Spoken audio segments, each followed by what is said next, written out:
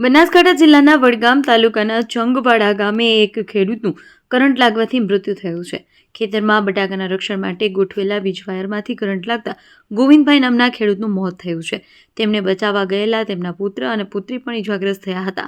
આ મામલે 2 વ્યક્તિઓ સામે પોલીસ ફરિયાદ નોંધાઈ છે.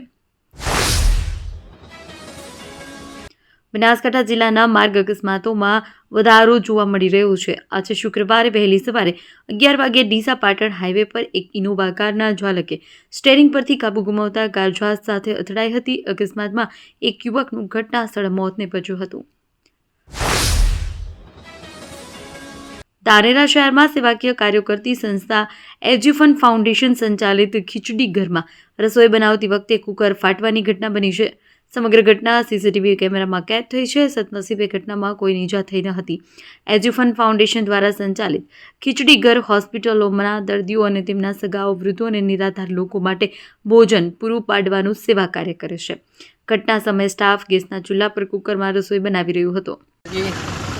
આજ રોજ અમારા વડા ગામમાં જે સમાજનું જે સંમેલન યોજાઈ રહ્યું છે તેમાં આજ તેના ભાગરૂપે અને તૈયારી થઈ રહી છે. પાર્કિંગની પણ વ્યવસ્થા થઈ રહી છે. આ બાજુ જમણવાની પણ વ્યવસ્થા થઈ રહી છે. એટલે કહેવાનો મતલબ કે રાજપૂત સમાજનું પહેલું એવું સંમેલન છે કે જેમાં સંખ્યાની કોઈ નક્કી હજુ સુધી તારણ નહીં નીકળ્યું. એવી સંખ્યાનું અમે એવું તારણ છે કે આનું કોઈ નક્કી નહીં એવું મહાસંમેલન અમે યોજી રહ્યા છે. અમારા ગામને પણ હાલ એવો ઉત્સાહ છે કે ભાઈ કોકરેજ તાલુકામાં જે ઓગળ તાલુકો છે એમાં અમારે હાલ મોટામાં મોટું આ સંમેલન વડા ગામ તરફથી અને જાગીરદાર સમાજ તરફથી એટલે મોટું એક અમે વિચાર્યું હોય કે ભાઈ આવું સંમેલન કદી હજી બન્યું નહીં. જે અસ્મિતાની લડાઈ વખત જે સંમેલન થયું એના જેવું આ સંમેલન પણ અમારા વડાના ગામમાં થઈ રહ્યું છે.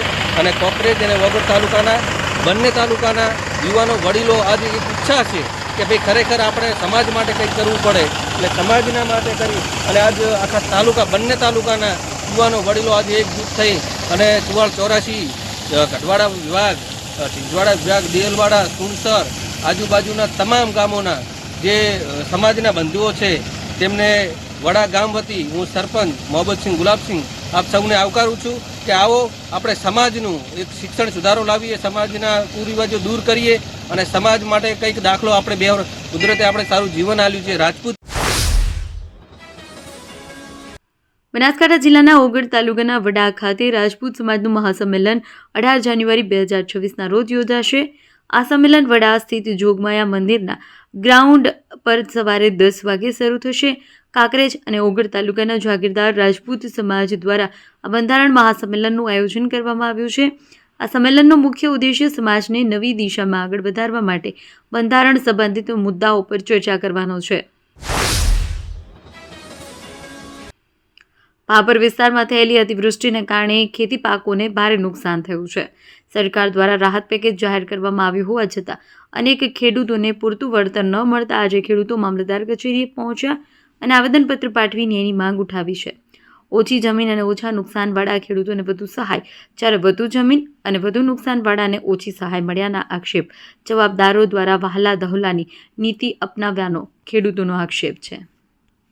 એ તારી મોહમ્મદ સાહેબે કોઈ આયા છે ઓફિસે આયોજન પૈસા હાલવા અને મારે બધાથી ઘણી જમીન છે એ મારે આખા 11,000 ગયા છે અને બીજાને નતા ઓછી જમીનવાળાને 42, 45 હજાર આવ્યા છે.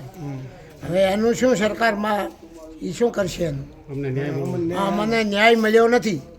હું સનુભાઈ નટવરસિંહ ભાભર જુના જે આપણે સરકાર જે સહાય આપવાના હતા પાક નિષ્ફળની તેની અંદર સહાય આલી પણ કેવી રીતે કે હેક્ટર દીઠ 22,000 રૂપિયા આપવાના હતા.